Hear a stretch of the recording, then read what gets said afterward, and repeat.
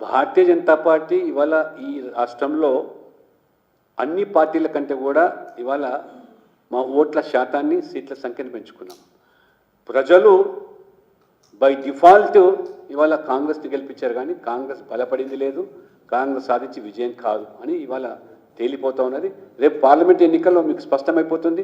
ఇవాళ రేపు తెలంగాణలో భవిష్యత్తు భారతీయ జనతా పార్టీని మాత్రమే. బీఆర్ఎస్ కనుమరుగు కావడం ఖాయం.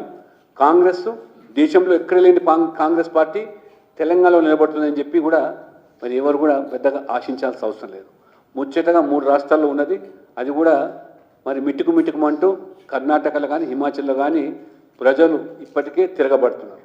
కాబట్టి పార్లమెంట్ ఎన్నికల వరకు కాంగ్రెస్ పరిస్థితి ఏందో ప్రజలకు పూర్తిగా అర్థం చేసుకోగలుగుతుంది. ఇప్పుడిప్పుడే 2 నెలల్లో చెప్పిన దానికి చేసేదానికి పొంతన లేదనే విషయాన్ని కూడా ప్రజలు అర్థం చేసుకుంటున్నారు.